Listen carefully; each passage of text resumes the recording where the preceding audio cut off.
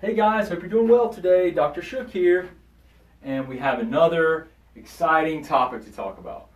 Maybe not so exciting, but a big problem, absolutely a big problem. Menstrual cramps and PMS with Hashimoto's. How many people do you know that have problems with their menstrual cycle? Especially a lot of pain and cramping with their menstrual cycle?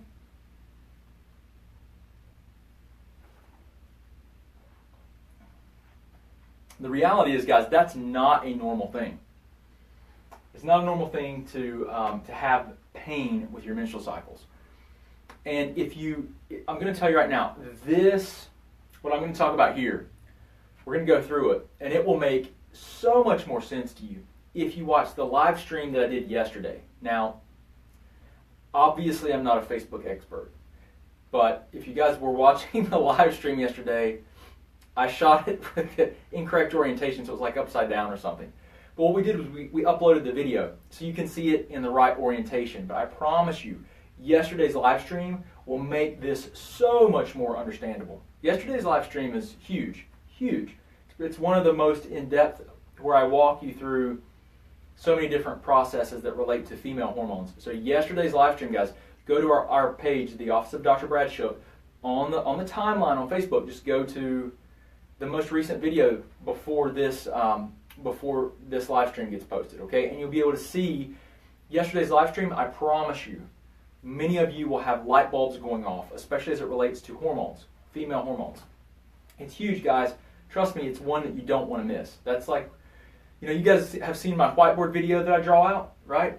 That is probably going to be the second most important video. Yesterday's live stream. Seriously, go and watch. We uploaded the correct orientation, so the video you can watch it, and you can. It's going to be like the second most important video that I can tell you to watch. For most people that I see, most women that I see, hormones are an issue. It's a concern. There are energy production issues. There's problems with concerns with aging. There's problems with having normal hormone levels or not. There's concerns about cancer and having too many estrogens. It's a big concern, guys. Yesterday's video will fill in a ton of gaps, or yesterday's live stream.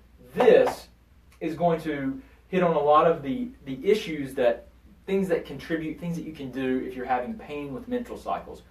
Yesterday's video or live stream will help you to understand a lot more in depth this stuff and the things that can cause this, okay? So let's get into it.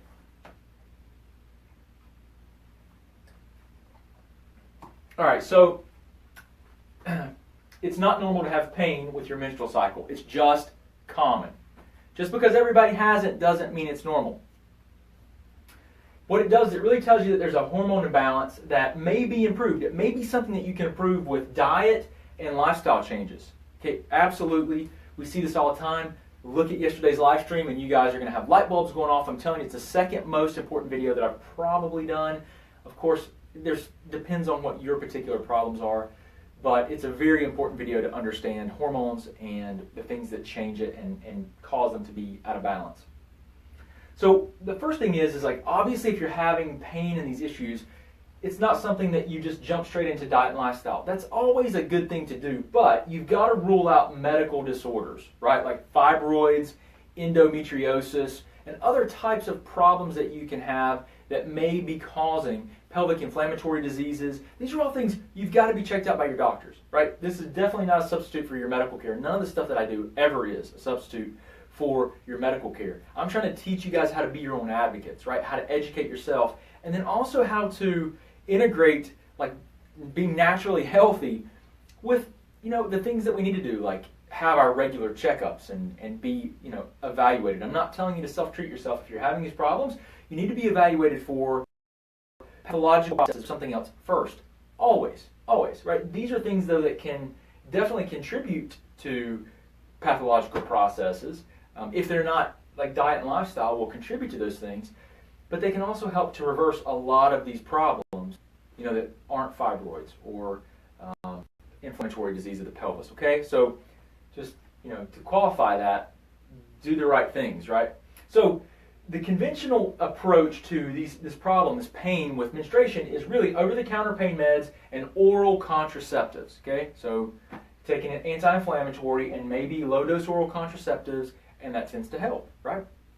And I'm not saying that's not beneficial, but I'm saying what's causing it. What is the cause?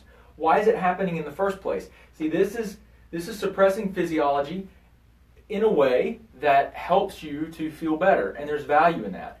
But why is the body doing what it's doing? We've always got to ask that question. That's the most important question. That's the question I always try to get you guys to ask is why. So, pain meds, oral contraceptives, the thing with the oral contraceptives is that they're synthetic, okay, so they're not bioidentical. They also disrupt feedback loops in the body. So what that means is when your estrogen is low, your brain stimulates a hormone that tells your pituitary gland to make a hormone that tells your ovaries to make your estrogen, that the estrogen levels go up, and then the brain regulates that entire process. It's a loop, okay?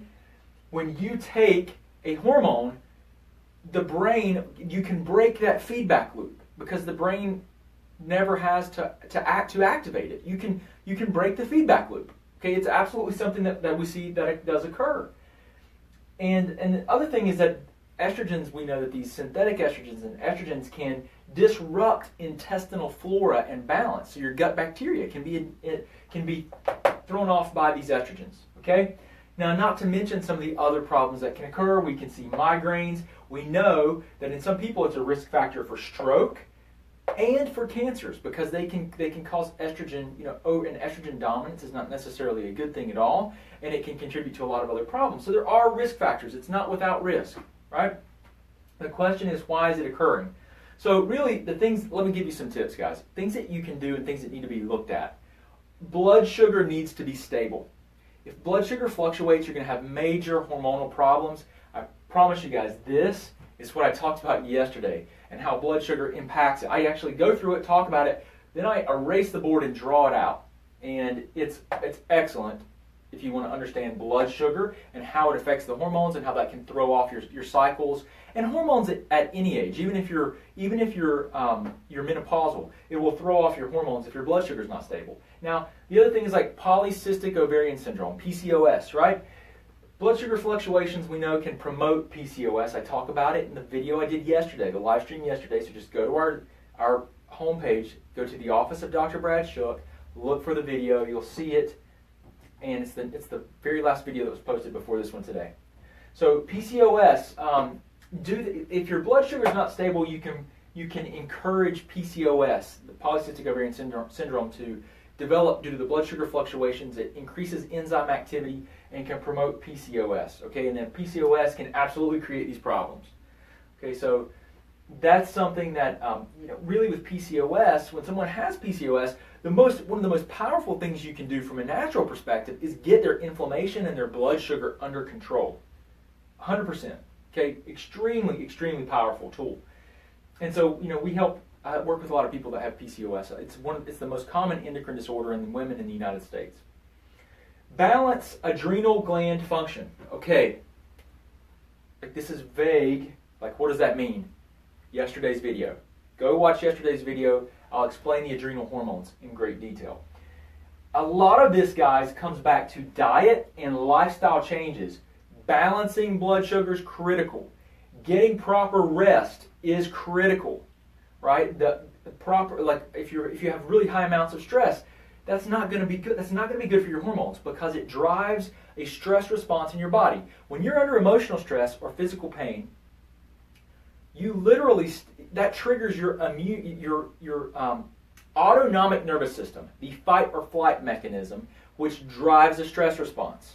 Your emotions push a stress response that literally changes chemicals in your body, activates the adrenal glands, you'll produce cortisol, you'll deplete your body of pregnenolone, and that will throw off your hormones. Watch yesterday's video. Promise you I go through it all. Really important though, balance adrenal function, blood sugar, diet, lifestyle, and stress are huge. Minimize screen time, something you may not have thought about. Minimizing screen time. So your phones, your TVs, they put off blue light. As humans, we should be exposed to blue lights in the morning.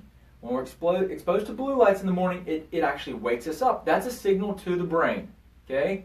The lights are a signal to the brain, things we don't think about. If you're watching your screen on your phone or the TV later in the evening, that's signaling your brain that the sun's still up, but it's not. So you need to use filters. You can wear, like seriously, no joke, 100%, you can wear orange glasses in the evening that filter the light, okay? That filter the light. Or you can use this Flux app, F.LUX, or Twilight apps on your phones, and you can set a timer. Now, the interesting thing is my phone, which is actually what you guys are watching me through now, is this is streaming through my phone, it's a Samsung phone, and this model they built in a filter, which was really cool. I used to have one of these apps, I can't remember which one, but you need these filters, and you need to minimize screen time. Now, if you have children, little girls or young women, I should say, are watching this and they're going through puberty and they're having problems, it's normal for them to have some fluctuations early on.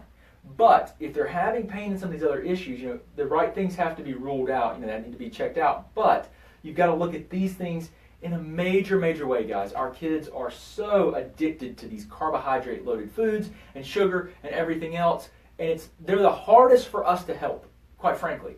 But we have to give them good guidance, right? So the diet, the right type of diet and balancing this stuff is huge for them.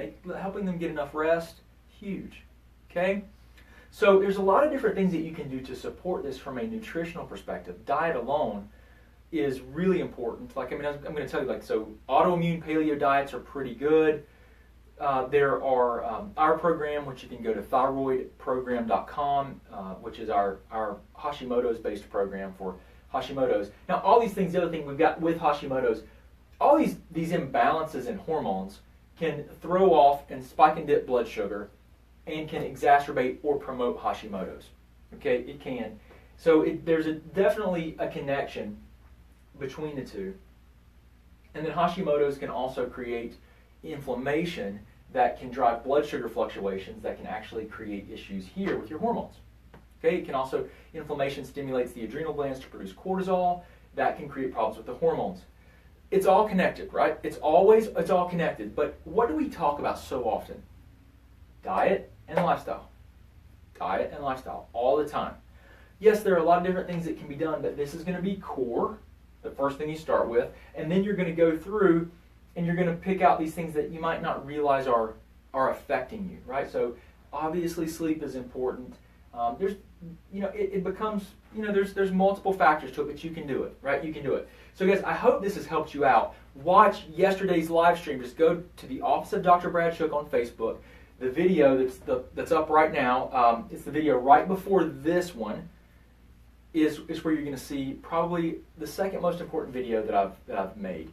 There are a lot on autoimmunity that are arguably very important, but it's a very, very good video that will help you guys out. Okay, it'll help you to better understand a lot of this stuff and see it, and you'll have light bulbs going off, I promise. Okay, so anyway, I just want to share this with you guys today. Guys, remember, help us help other people. What I'm trying to do is help educate you so you can become your own advocate, take your health back, and ultimately what?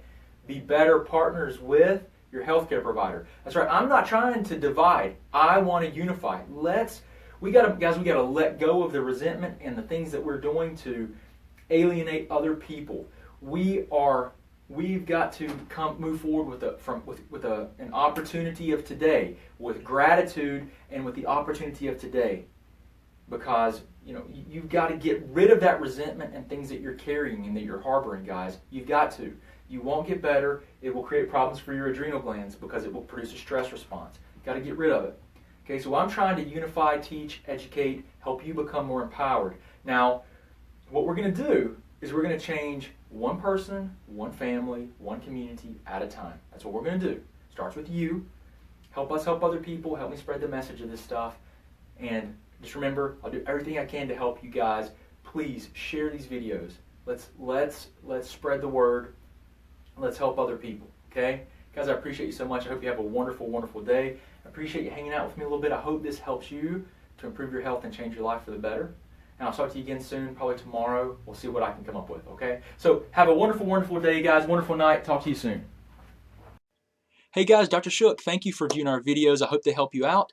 If you want to, just subscribe to our channel somewhere here. You can watch a video that YouTube's actually selected for you, so hopefully it'll help you out. If you need any other information or resources, just look in the description. We've got links to our website, to our 9 lab test guidebook, and everything else that we do. I really appreciate you, and I hope you guys have a great